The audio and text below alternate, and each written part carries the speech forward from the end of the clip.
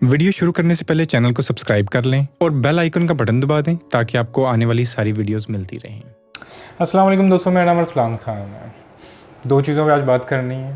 तो अब वो दोनों चीज़ें जो वो एंजाइटी डिसऑर्डर के अंदर फॉल करती हैं, तो जो कुछ भी एंजाइटी डिसऑर्डर में आता है वो मेरा टॉपिक है, ठीक है। तो और रिसेंटली मुझे इसके मुतालिक कहा गया कि इसके ऊपर बात करूं, तो इसलिए मैं जो है ना इन दोनों टॉपिक्स को एक ही वीडियो में कवर करने की कोशिश करूंगा। पूरी वीडियो लाजमी सुनिएगा। पहली चीज़ सोशल एंजाइटी है, ठीक है। दूसरी चीज़ है गोराफोबिया, ठीक है। अब दोनों होते क्या हैं? सोशल एंजाइटी जो है ना वो ये होती है कि जिस तरह हम किसी नए स्कूल में जाते हैं, किसी नई जगह पे जाते हैं, नए ऑफिस में जाते हैं, किसी भी नई जगह पे जाते हैं, ठीक है। हमें एक जो है ना एंग्शियसनेस होती है जाने से पहले ना, नॉर्मल है बिल्कुल।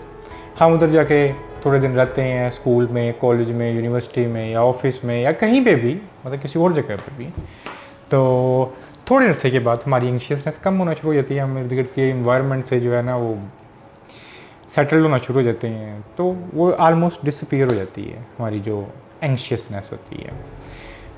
बट कुछ लोगों में ये डिसऑर्डर तक चला जाता है। डिसऑर्डर तक चला जाता है क्योंकि उन लोगों को वो हमेशा ही एंग्शियस रहते हैं, वो फेस नहीं कर पा रहे होते किसी भी न्यू इंसान को।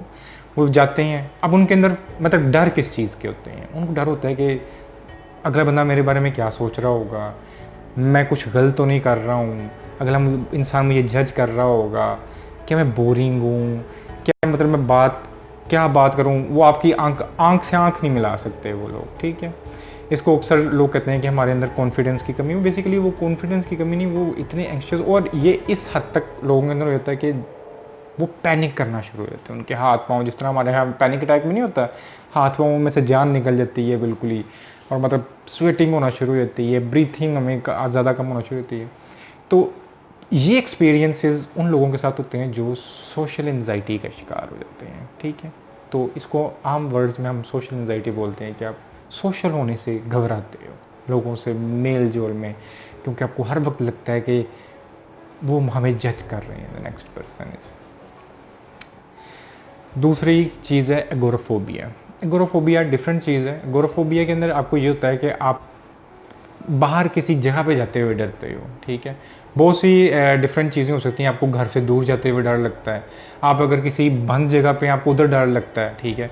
मतलब आपको किसी लिफ्ट में हो तो आपको लिफ्ट के अंदर पैनिक कर सकते हो आप, जब तक वो लिफ्ट रुकेगी नहीं, आप बाहर नहीं निकलोगे, हो सकता है आपको पैनिक आ गया हो उतनी देर में। इसी तरह आप किसी लाइन में खड़े हो, ज़्यादा देर तक वहाँ पे स्टक हो, तो आपको कहते हैं पैनिक हो सकता है। एक पैनिक डिसऑर्डर भी इसको बोलते हैं। बट ये एगोराफोबिया है कि अगर आप, क्योंकि यू फील ट्रैप, आपको लगता है मैं यहाँ से निकल नहीं पाऊँगा, ठीक है। तो ये जो खौफ है ना, आपको किसी भी जगह पे, किसी खुली जगह पे, बंद जगह पे, कहीं कहीं पे भी, ये जो है ना आपको हो सकता है। आप इनसिक्योर फील कर सकते हो, आप ट्रैप फील कर सकते हो, ठीक है। आपको लगेगा बस मैं यहाँ पे ट्रैप में से निकला नहीं, मैं क्या करूँगा यहाँ पे।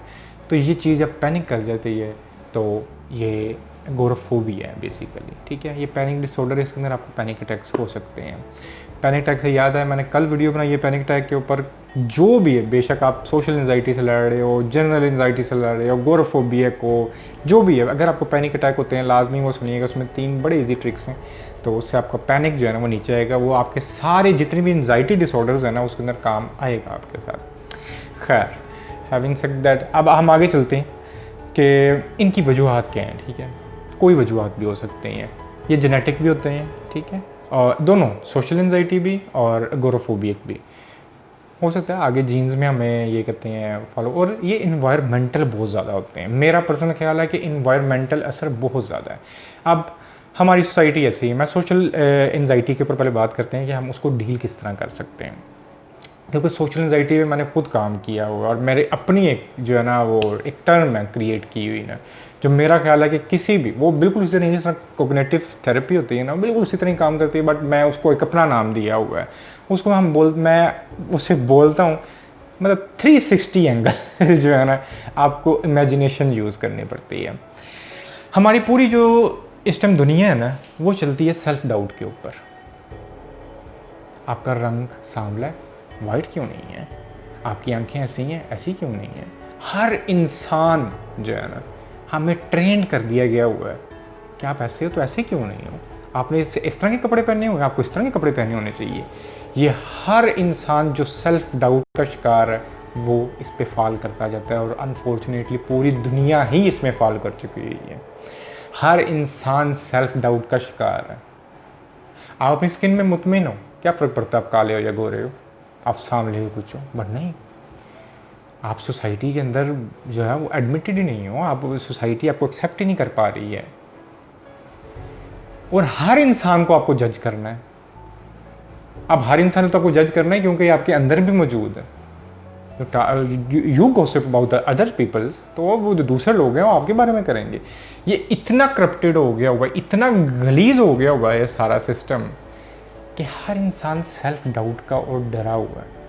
ठीक है, कुछ बॉदर करते हैं, कुछ जो सेंसिटिव लोग होते हैं वो बहुत ज़्यादा बॉदर करते हैं।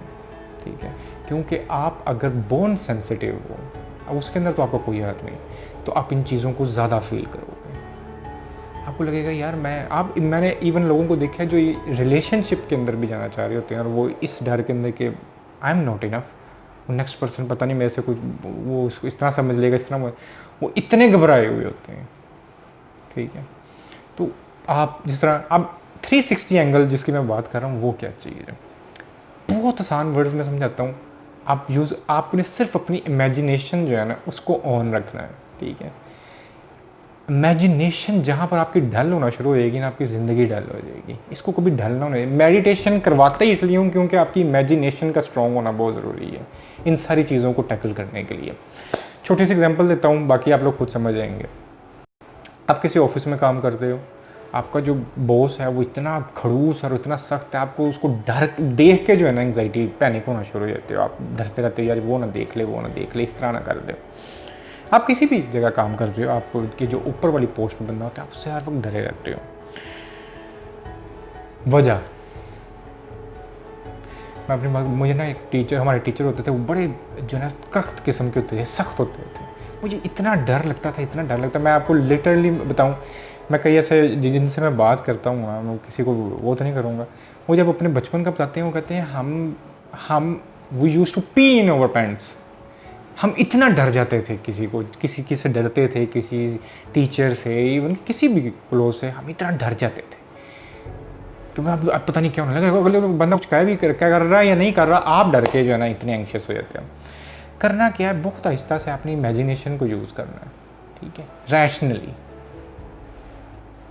सपोज करना शुरू कर दो कि आपका वो जो सर है जो बड़ा खरूस है, ठीक है, आप उसको सिर्फ इमेजिन करो जब पैदा हुआ होगा वो तब कैसा लगता होगा, छोटा सा बेबी होता होगा, मतलब क्या सर्कमस्टेंसेस रहे होंगे कि वो इतना बेचारा खड़ूस सा अजीब सा बन के आ गया, इतना हॉरिफाइंग सा हो गया वो। ठीक है, just imagine him as a baby, पैदा हुआ होगा, उसके घर वाले नॉर्मल सा।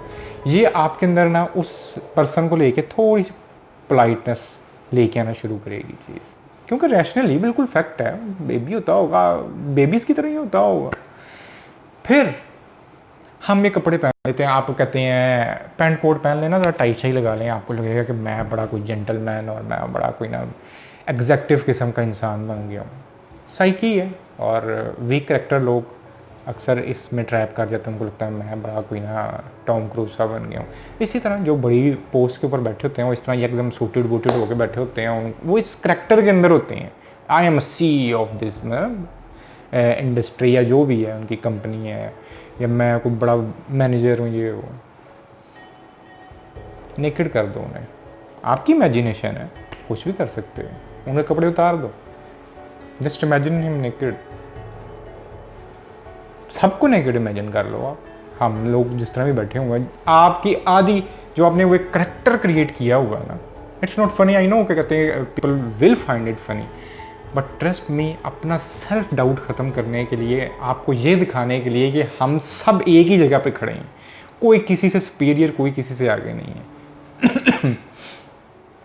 सब एक ही जैसे हैं। हो सकता है आपसे भी बदे हों वो लोग जिनसे आप डर रहे हो, जिनको लेके आप एंशियस हो। ये चीज़ आपके अंदर जो है ना उनसे रिलेटेड एंशियसनेस ख़त्म करना शुरू होगी। अगेन ये मैं खुद करता रहा हूँ, और जिस दिन मैं अपने आप से मुतमिन हुआ था पीपल अराउंड मी नो मी के आई हार्डली बॉदर एनीवन, ठीक है।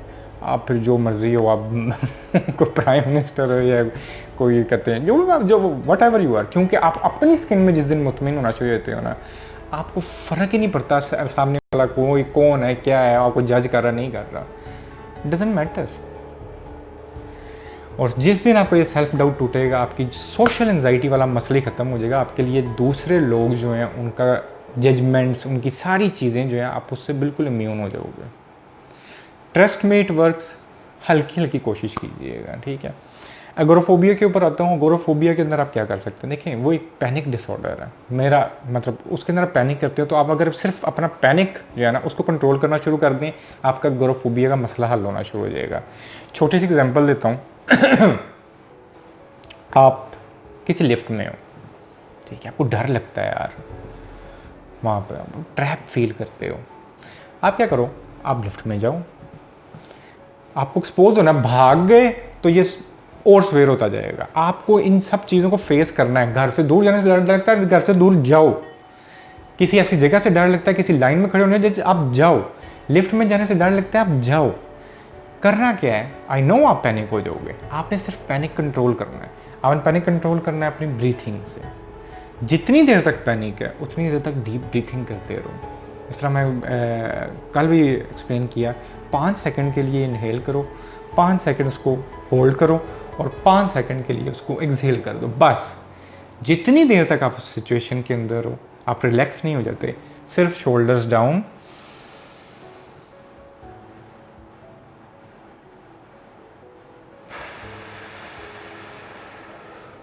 डीप ब्रीथिंग करते रहो।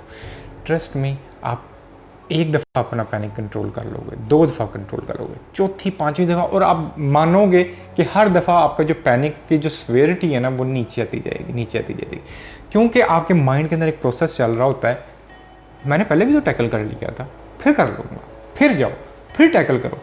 आहिस्ता आहिस्ता आपको ब्रेन के अंदर वो जो फियर और एंशियसनेस के जो सिग्नल जा रहे हैं ना, वो देना ही छोड़ देगा। ट्रस्ट में, क्योंकि आपका माइंड जिस दिन रिलैक्स होना शुरू हो जाएगा कि अच्छा यार नॉर्मल है और मुझे पता अगर कुछ हो भी गया आई कैन टैकल इट, आपका एगोराफोबिया वाला मसला आहिस्ता आहिस्ता ख़त्म होना शुरू हो जाएगा। और बिल्कुल मैं दोनों के अंदर बिसाइड ऑल दिस के मैं इनसे रिलेटेड आपसे जो टिप्स शेयर कर रहा हूँ, ये मेरे लिए दे वर्क्स वंडर। और भी कई लोगों को जो इनको मैं बताता रहा हूँ उनके लिए भी ये बहुत ज़्यादा जो है ना हेल्पफुल रहा है कई लोगों, और बहुत शुक्रिया जो लोग दुआएं देते हैं, प्यार देते हैं। बट स्टिल मैं अगेन यही कहूँगा कि कभी शाय ना होइएगा किसी डॉक्टर के पास या साइकाइट्रिस्ट के पास जाने में, कोई मसला नहीं है। हल्की फुल्की कोई आपको एंटी डिप्रेसेंट्स भी लेनी पड़ती हैं, डरने की कोई ज़रूरत नहीं है, लें और अपनी लाइफ को ईजी बनाएं। कोई ज़रूरत नहीं है स्ट्रगल के अंदर रहने की, आपको इसका बिल्कुल इलाज है। खुद ट्राई करें, जो मैं ट्रिक्स या टिप्स या टेक्निक्स बता रहा हूँ अगर वो आपको करामद होती हैं, use them, they work well done. अगर वो नहीं काम कर पा रही हैं, अगर आप फिर भी कहते हो कि यार अभी ये परसिस्ट कर रहा है, मतलब इस्लाम भी मुझे ये अक्सर होता है, इस्लाम भाई ये अच्छा अब ये तो ठीक हो गया, अब ये हो गया, ट्रस्ट मी कुछ नहीं होता। थोड़ा अर्सा अगर आप किसी साइकाइट्रिस्ट के पास जाके अगर थोड़ी सी उसकी प्रिस्क्राइब हुई कोई हल्की फुल्की बेंजोज अगर दे देता है या कोई एंटी डिप्रेसेंट आपको शुरू करवा देता है, डरने की ज़रूरत नहीं है। और कोई घबराहट हो आप मुझे हमेशा मैसेज कर सकते हैं, मेरा इंस्टाग्राम भी नीचे डिस्क्रिप्शन में और फेसबुक भी है, आई एम ऑलवेज देयर।